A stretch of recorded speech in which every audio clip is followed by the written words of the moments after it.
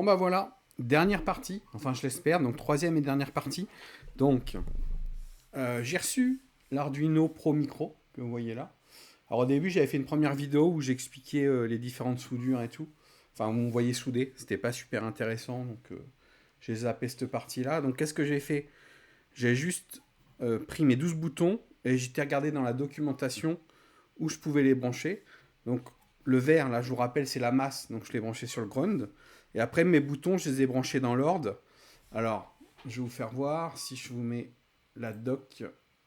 Hop, on va aller voir ça. Attendez. Euh,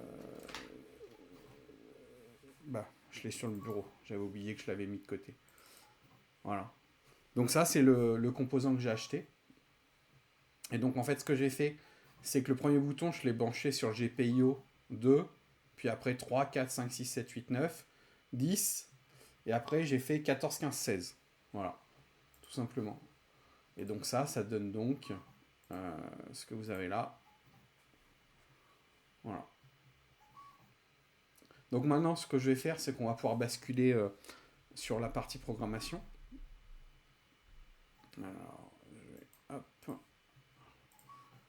Ok. Donc là, je vais récupérer le code que on avait l'autre jour. Alors, je vais le branche sur mon PC. Voilà. Donc on entend le petit bip qui fait que Windows l'a bien reconnu. Et je vais ouvrir le sketch Arduino qui est fourni avec le projet Thingiverse. Voilà. Alors, la seule chose que j'ai changé par rapport au code d'origine, c'est ici. Donc comme je vous disais, là, il y avait d'autres pins de défini. Moi, j'ai défini celle qui m'intéressait. Donc 2, 3, 4, 5, 6, 7, 8, 9, 10, 14, 15, 16. Voilà. Et là, je vais aussi définir les touches que je veux envoyer. Donc moi, je vais utiliser mes touches de fonction de F1 à F12. Et après, c'est ces touches-là qu'on va les remapper dans le logiciel. Donc là, pour le coup, le logiciel, ce sera OBS. Alors, 6, 7, 8, 9, 10, 11 et 12. Donc j'enregistre ce code. Je le compile. Voir si déjà il compile bien. Ok, donc là ça compile. Et après je choisis la carte et le port. Donc moi je l'ai branché, il m'a trouvé une carte sur le port 22. Alors ça s'appelle Arduino Leonardo. J'attendais un truc comme Arduino Pro Micro. Mais en fait, en regardant dans la doc, c'est normal, ça s'appuie sur la même carte. Donc en regardant la documentation constructeur, c'est normal que ça s'affiche comme ça.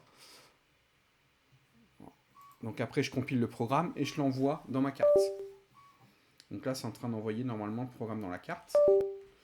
Alors là, pas d'affolement. Avant de faire la vidéo, là, j'ai testé. Et je pensais que c'était un souci, parce que c'était en rouge. Mais en fait, non. C'est juste un message d'information, bien qu'il soit en rouge. Donc là, il n'y a aucun souci. Ok. Donc maintenant, ce qu'on va faire, c'est qu'on va aller voir dans OBS. Donc là, justement, vous voyez mon OBS. On va aller voir si je peux bien mapper les boutons, tout ça. Alors attendez, ce que je vais faire, c'est que déjà, je vais vous afficher. Attendez, je vais le débrancher 2 secondes. Bougez pas. Je vais essayer de vous afficher à la fois le retour caméra pour que vous voyez qu'on appuie bien sur les boutons et voir ce qui se passe dans OBS. Ok, donc là, je vais mettre ça. Ok, comme ça, là, vous allez pouvoir voir les deux. Ok, et la caméra, elle me fait chier, je vais la mettre là. Ok. Donc là, normalement, j'ai mappé mes boutons de F1 à F12. Donc ici, dans OBS, je vais aller dans raccourci clavier. J'avais testé tout à l'heure, donc ça, je vais l'enlever. Alors, je vais pas m'amuser à démarrer ou arrêter l'enregistrement, parce que sinon, ça va couper ce que je suis en train de faire. On va plutôt aller jouer pour le moment avec mes scènes. Par exemple, dans les raccourcis clavier, on peut définir des scènes quelque part. Je ne sais pas où elles sont. Il me semblait qu'on pouvait aller mapper des scènes. Bon, afficher, passer à la scène, intro. Ah voilà. Afficher mon intro, plein écran, passer à la scène 2. Ok, bon, on va essayer ça. Donc je vais lui dire que mon intro, je la veux mapper en F1, ce que j'appelle plein écran en F2.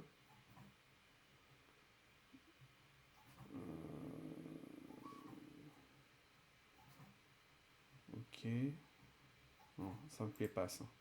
Il me semblait bien qu'on pouvait passer directement des scènes comme ça. Je le vois pas là. Bon, c'est pas grave. Bon, c'est pas grave. On va utiliser. On va jouer avec ça. Je vais juste vous montrer. C'est juste pour que ça marche Juste pour vous montrer que ça marche. Donc là, par exemple, afficher mon logo F1. Afficher mon écran F2. Cacher mon écran F2. Afficher ma caméra F3. Cacher ma caméra F3. Voilà. Et puis, qu'est-ce que je veux dire? Afficher mon titre F4. F4. Ok, donc j'ai appliqué ça. Et on va essayer ça. Alors, est-ce que ça marche? Alors oui, ça marche, sauf que le logo, vous voyez, dans OBS, il était plus bas, donc on ne le voyait pas. Voilà, le logo est là. Vous voyez, quand j'appuie là, j'enlève, j'affiche mon logo. Celui-ci, je ne sais plus ce que c'est. Voilà, c'était le bureau, donc ça marche. Ça, c'était la caméra. Et ça doit être le titre, sauf que le titre, vu qu'il est caché, là pour le moment, on ne le voit pas. Donc il faut que je le mette au-dessus de mon écran. Voilà, voilà. Bon, donc dans le principe, ça marche. Ce que je vais faire après, c'est de voir si on peut pas mapper directement des scènes. Parce qu'il me semblait qu'on pouvait mapper directement des scènes dans OBS. Bon, en tous les cas, vous voyez, ça marche. Ça fait ce que l'on veut, donc ça va être plus pratique. Je regarde juste quand même. Il me semblait bien qu'on pouvait mapper directement des scènes, mais peut-être que j'ai rêvé. Je regarderai sur internet. Enfin, en tous les cas, voilà. Vous voyez, c'est fonctionnel, ça marche. Hop, hop, hop. Désactiver, caméra et plein écran. Passer à la scène, caméra plein écran, caméra et écran, intro, plein écran. Ah bah voilà, c'est là qu'il y a mes scènes. Donc je vais essayer autre chose. Je vais essayer de mettre mon intro en F1. Alors, je vais supprimer ça. Ok, et maintenant je joue directement avec les scènes. L'idée que c'est si je fais F1, je veux lancer mon intro. Si je fais ensuite F2, je veux passer en plein écran. Si je fais F3, je veux la vue, la scène avec que la caméra.